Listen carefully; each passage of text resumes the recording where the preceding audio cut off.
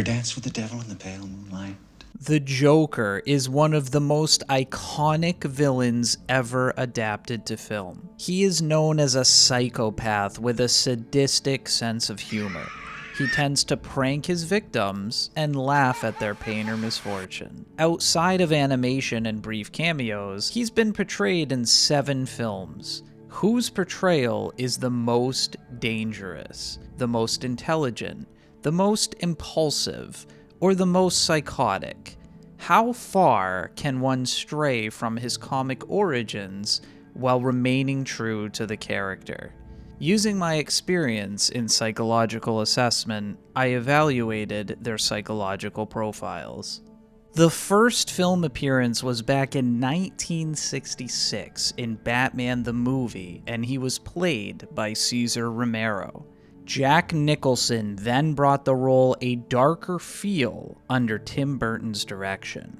Heath Ledger then gave a masterful and more grounded performance under Christopher Nolan, winning an Oscar posthumously.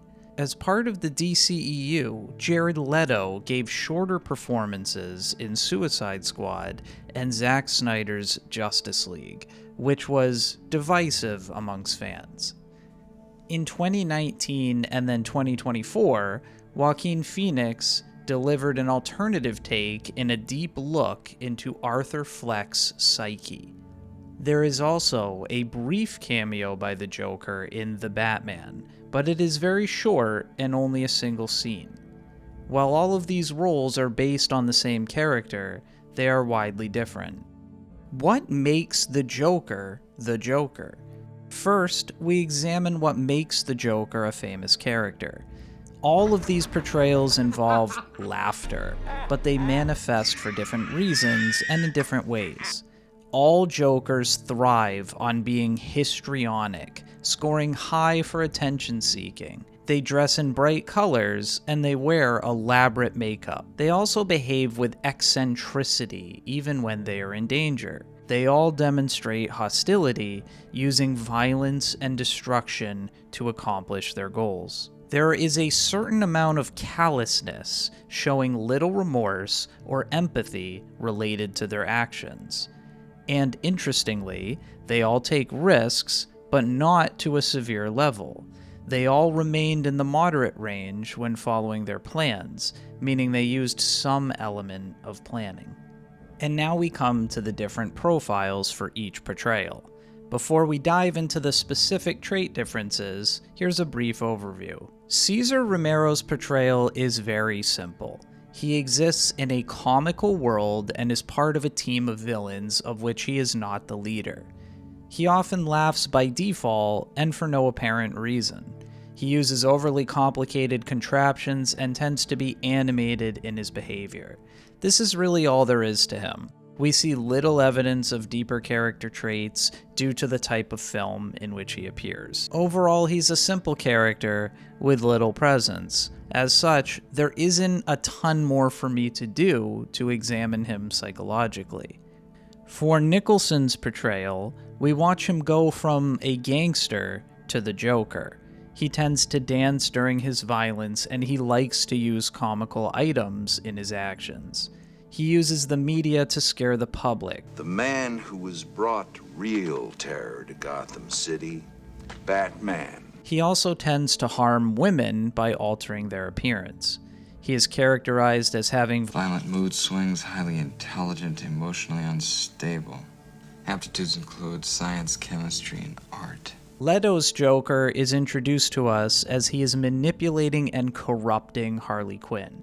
He is often conflicted in this relationship, going through great strides to save her, but also wanting to leave her at other times.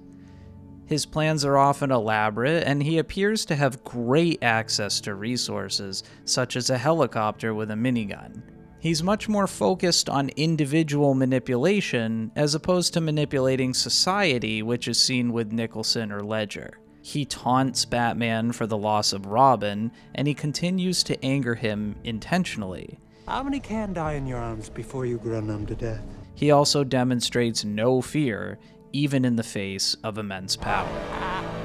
Ledger's Joker, despite what he says, frequently has elaborate plans, such as the bank heist, dealing with the crime lords, pursuing Harvey Dent, escaping jail, and his ultimate corruption after his capture. He is a complete unknown. He tells different stories about his past, and he inspires fear.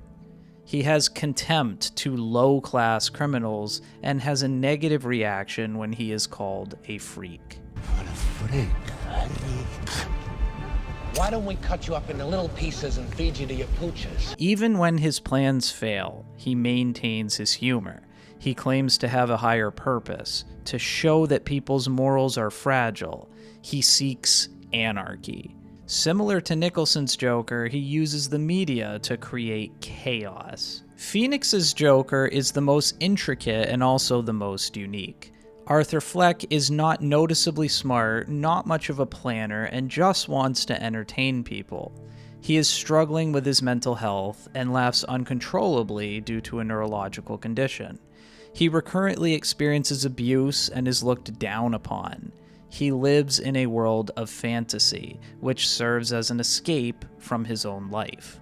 His mother is also mentally ill, living with delusion. Arthur learns he was adopted, abused, including head trauma, and neglected. He finally snaps and murders others, identifying with a persona of Joker as others rally to his cause. As he prepares for trial, he denies the notion that he experiences a split personality, also known as dissociative identity disorder. He is regarded to be unintelligent and disturbed. This is a very disturbed individual. He meets Lee and finally feels seen and truly respected. He continues to experience depression and demonstrates disorganized thought processes while making decisions and speaking in his defense. Eventually, it is clear that Lee was only interested in his Joker persona, leaving him feeling abandoned and plummeting him back to depression. All we had was the fantasy, and you gave up. Let's take a look at individual personality traits. Because Romero is so simplistic, there isn't much to measure. As such, his profile ends here. Attention-seeking. All manifestations of the Joker seek attention to a high level. They are histrionic, dress elaborately, and behave with exaggeration. Nicholson's Joker dances repeatedly. He over-exaggerates his speech. You're my number one guy. Makes elaborate entrances, and uses the media to address the public. Leto's Joker uses exaggerated body movements. He calls attention to himself with elaborate tattoos, he growls at others, and creates elaborate setups or scenes, such as laying out knives. Ledger's Joker makes a video tormenting a Batman copycat. He likes to tell stories to his victims, he uses the media, and he creates elaborate scenes such as burning the money and painting his trucks. Phoenix's Joker literally works as a clown for entertainment. He does stand-up comedy, he makes a rather memorable media appearance, and treats his trial as another chance to play characters. He puts on an accent, and he doesn't take it seriously. He also fantasizes about performing, and we can see him truly enjoy when he is given this attention. Callousness. Callousness is a trait seen in all of the Jokers. It is a lack of empathy from their actions. Nicholson's Joker clearly has little empathy when he dances as he murders people. He monologues at a dead body and even taunts this deceased person. He cares very little about the general public and poisons household items. He scars and harms women, and he seems to have little care about Alicia's death. Threw herself out of the window. You can't make an omelet without breaking some eggs. Leto's Joker harms Harley with little second thought. He abandons Harley when they are in a tight spot to save himself, and at other times. He also taunts Batman about killing Robin. Why you sent a boy wonder?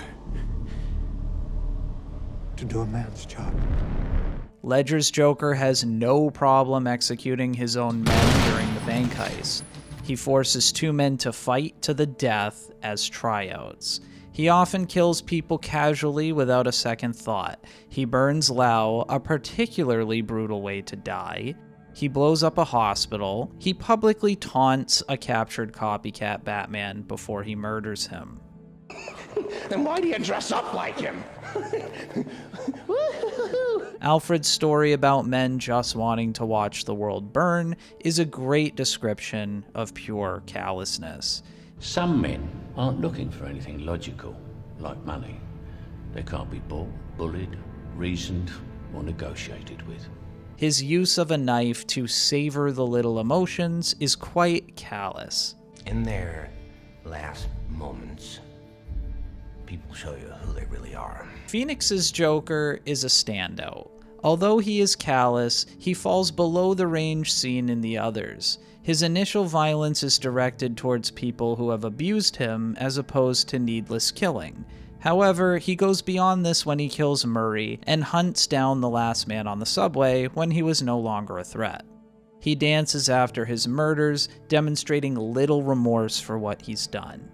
This is further supported by his reflection. Time I ended up taking out on some people, I thought it was going to bother me, but it really hasn't. He then murders his mother. While again, there is a complicated history involving abuse, it's still callous to murder a person to whom he was so attached. He has no problem saying terrible things to people when he feels wrong.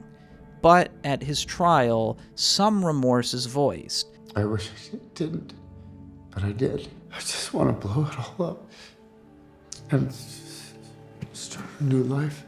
He eventually regrets, and his tendency to kill those who have wronged him decreases his score when compared to his peers. Deceitfulness. Deceitfulness is one of the traits that varies the most, the use of lying and misrepresentation. Nicholson's Joker engages in infidelity, but is otherwise very straightforward in his actions. He openly tells people he will harm them and prefers to make that a spectacle. He scores in the mild range. Leto's Joker scored significantly higher in the moderate range. This is seen when he harms other criminals by placing them into difficult situations that appear accommodating. Ledger's uses deceit frequently. He changes his stories about his scars. He sticks the blade in my mouth. Let's put a smile on that face. I stick a razor in my mouth and do this. He constructs elaborate plans involving frequent betrayals. He lies to Batman and changes Rachel's location for her rescue. He plans to be captured in order to retrieve Lau, and overall, this places him in the high range. Phoenix's remains in the mild range. His decisions tend to be impulsive or poorly planned, as opposed to using deceit. This is likely impacted by his intelligence being lower than his counterparts. He scored in the mild range. Depressivity. The presence of depression, a low self-worth, sadness, or hopelessness is not a trait we commonly think of for the Joker. Unsurprisingly, we see no evidence of this for Ledger's, Nicholson's, or Leto's. Again, Phoenix is the outlier. He feels socially isolated and like he doesn't belong, with only his mother in his support system after losing his therapist. Before ending his treatment, he references, All I have are negative thoughts. We learn that he was abused, resulting in a head injury. He also suffered neglect, including being malnourished and tied to a radiator. His mother had delusional psychosis and narcissistic personality disorder. She abused drugs and was treated with Librium, a benzodiazepine used for anxiety and to detox from alcohol. At his trial, she is quoted as disapproving of him and his purpose. He reaffirms his inability to feel happy. Miserable life. He experiences suicidal ideation, originally planning to do this on live TV. His only real relief comes when he kills Murray, and then when he feels connected to Lee. As his trial nears its end, his depression remains evident. Miserable life. He even regrets his past I actions. just want to blow it all up and start a new life. He scored in the moderate range. Eccentricity. Eccentricity is odd, unusual, bizarre behavior or speech, or having strange thoughts. There is some overlap with attention-seeking here, but eccentricity does not focus on being seen by others, it is being purely bizarre. Nicholson's Joker uses his exaggerated speech and behaves erratically often. His monologue to the dead body is a perfect example of this trait. It isn't performative, it is truly because he wants to speak to this dead person. He scored in the high range. Leto's Joker demonstrates odd thinking when he accuses Harley of erasing his mind. His speech is often over-exaggerated, similar to Nicholson's, but he even growls at others.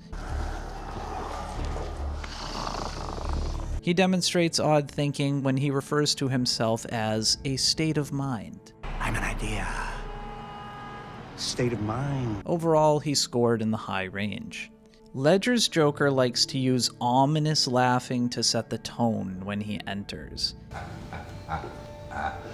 He uses humor in very serious situations even when they don't go his way, such as laughing when he fails to capture Dent. Excuse me, I want to drive. Or making a joke when he's about to unmask Batman. Could you please just give me a minute? He even laughs when he's thrown off of a building. Ledger's Joker has lower eccentricity and scored in the moderate range. Phoenix's Joker laughs inappropriately, but this is due to a neurological condition and thus is not a personality trait. However, he fantasizes about a wide array of situations and seems to be completely lost in them, to the point where he believes some of them are real. He fantasizes about being on Murray's show. He creates an entire relationship with complete conversations with his neighbor and proceeds to act on this fantasy by going to her apartment. He regularly fantasizes about breaking into songs during stressful moments. He also does this process to his relationship with Lee, with the actions changing depending on its state, including his death. He is noted to write out his fantasies and imaginary relationships. Women he had imaginary relationships with. His mother also considered him to live in a fantasy world. He also has very bizarre behaviors, such as climbing into his fridge. He touches Bruce Wayne's face in an odd display. He draws a smile in blood. His questions for his cross-examination of Gary are all nonsensical and disorganized. In sum, Phoenix's Joker is the most eccentric and scored very high. Emotional lability. Emotional lability refers to the instability of mood, often involving sudden changes. Nicholson's Joker displays mood shifts to anger and laughter, but displays no other emotional shifts. He becomes angry when insulted by a police officer and reacts when his plans fail. Why didn't somebody tell me that he had one of those things? His mood swings are referenced as violent. His emotional changes are generally limited to anger, with happiness and laughter, as with all the Jokers, as his baseline. As such, he scored in the mild range. Leto's Joker also displays anger, seen when he accuses Harley of erasing his mind. You hated memories I had. We also see him experience emotional turmoil at the thought of leaving her behind. He also scored in the mild range. Ledger's Joker demonstrates even more control over his emotions. He shows irritation when he's called a freak, but it doesn't influence his behavior. He displays little true anger, remaining calm when his plans fail, often using humor. Even when he's defeated, he only laughs. He scored in the essentially absent range. Phoenix's Joker is highly emotionally labile. He shows sudden anger repeatedly, which he has trouble controlling. He becomes sad periodically, which results in odd behaviors such as climbing into the fridge. He often uses fantasy as his only true source of happiness, briefly shifting his emotional state, but we see these derail when things go poorly, a great depiction of his emotional shifts. However, we often see some true happiness in his relationship with Lee. Overall, he scored in the moderately high range. Grandiosity. Grandiosity is believing in one's superiority and entitlement.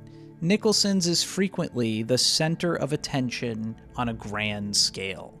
Before becoming Joker, he was a well-known criminal already benefiting from his reputation and self-image. He considers his actions to be art and considers himself an artist. He also compares himself to Batman to the public. I'm giving away free money. And where is the Batman?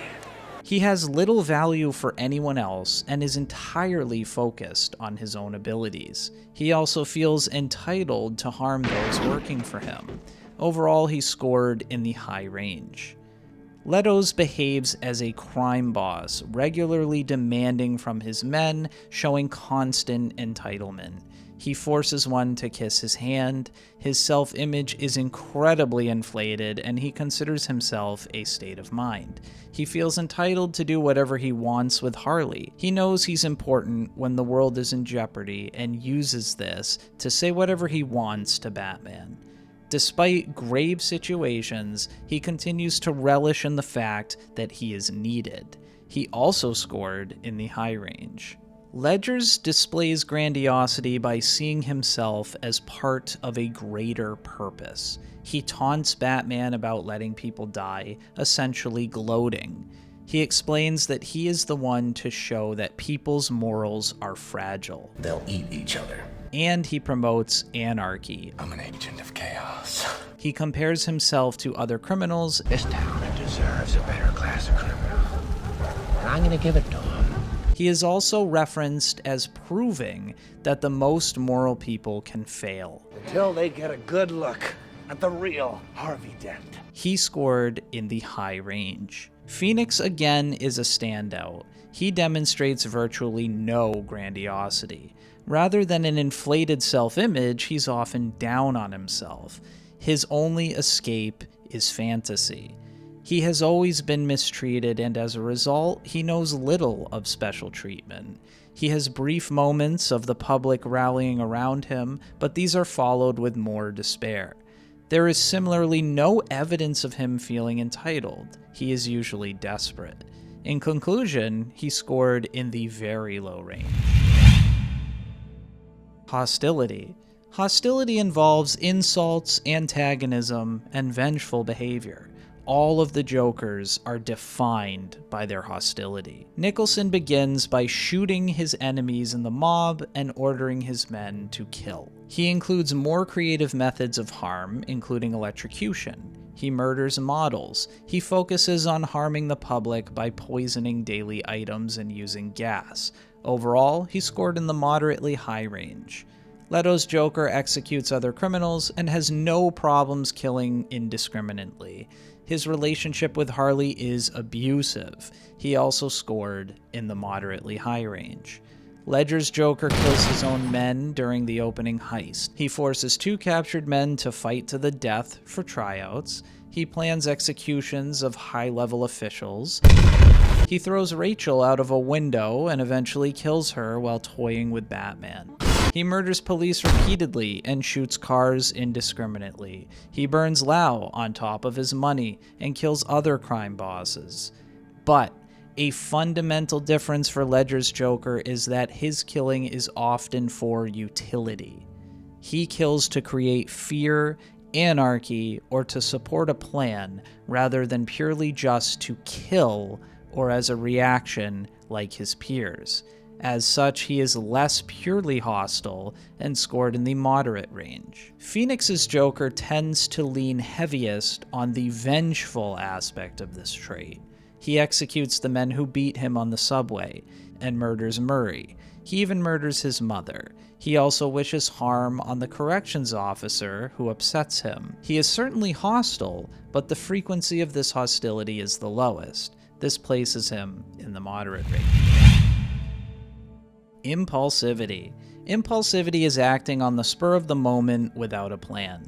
Nicholson's displays a limited amount of impulsivity. He engages in infidelity, he demonstrates anger when his plans fail, and he lashes out, both destroying objects and killing his men. He scored in the mild to moderate range.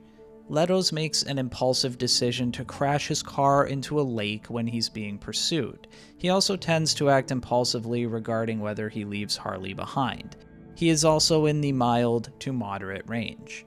Ledger's, once again, despite what he says, is a massive planner. He is controlled. His actions all serve his ultimate goals of creating chaos. When he's insulted, we can see that it bothers him, but he does not overreact in the moment.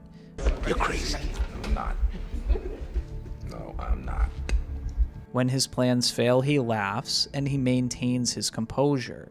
As a result, he scored in the low range. Phoenix's is significantly more impulsive. Many of his violent acts are reactive and unplanned, such as the subway. He destroys a time clock and crosses out a sign after he is fired. His decision to rip his mother's file out of the staff's hands could have also been impulsive, as it's evident he did not have much of a plan when running away.